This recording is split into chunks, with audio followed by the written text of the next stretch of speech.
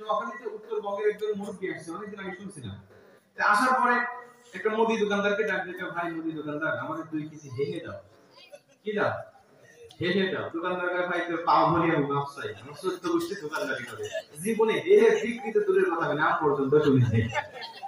উত্তরবঙ্গের মানুষের ডাক থেকে আমি দেখতেছি তোমার দোকানে হেহে আছে। আর তুমি তো হেহে নাই, কারণ কি?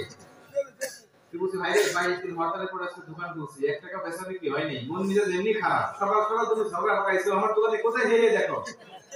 ভাই আমার উত্তরবঙ্গের পানি তোর নোয়াখালীতে কি? ভাই হানি।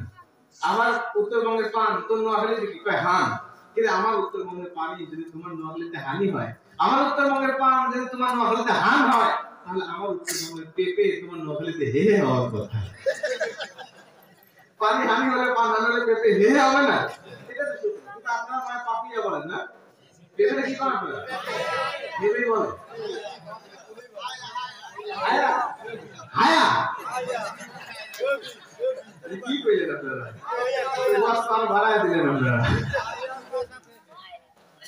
তো মাঝে মাঝে বাহিরে আসলে আবার একটু বিপদে পড়তে হয়। আজকে তো কোনো বিপদ নাই। আমার কথা বুঝতে দেন তো আপনারা? মাশাআল্লাহ। তো আমি আপনাদেরকে নিয়ে কয়েকটা কথা বলি, শুনেন। যেহেতু মা বোনদের কি প্যানেল আছে আপনাদের? মা বোনদের প্যানেল কিন্তু খুব কিন্তু